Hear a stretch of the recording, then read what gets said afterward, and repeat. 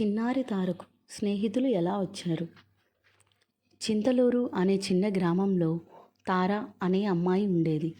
ఆమె చాలా తెలివైనది, కానీ చాలా భయస్థురాలు. ఎవరితోనూ మాట్లాడేది కాదు. అందుకే ఆమెకి ఎవరూ స్నేహితులుగా ఉండేవారు కాదు. ఒకరోజు తార తండ్రి ఒక మాయా దీపం తెచ్చాడు.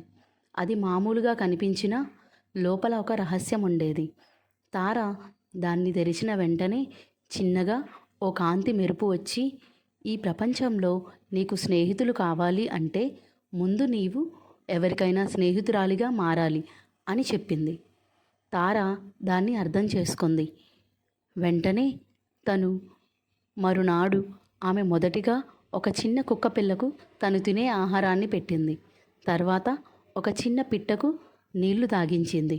ఇలా రోజురోజుకు తార అందరితో స్నేహంగా మాట్లాడడం మొదలుపెట్టింది. కొంతకాలానికి గ్రామంలోని పిల్లలు తారను చూసి, ఈ అమ్మాయి అందరితో బాగానే మాట్లాడుతుందే, మనం కూడా ఆమెతో ఆడుకోవచ్చు అని అనుకున్నారు. అలా తారకి చాలామంది స్నేహితులు వచ్చారు. నీతి: స్నేహం కోరుకుంటే ముందు మనం మంచిగా ఉండాలి. ఒకరి పట్ల మంచి చూపితే మంచి మన దగ్గరికి వస్తుంది.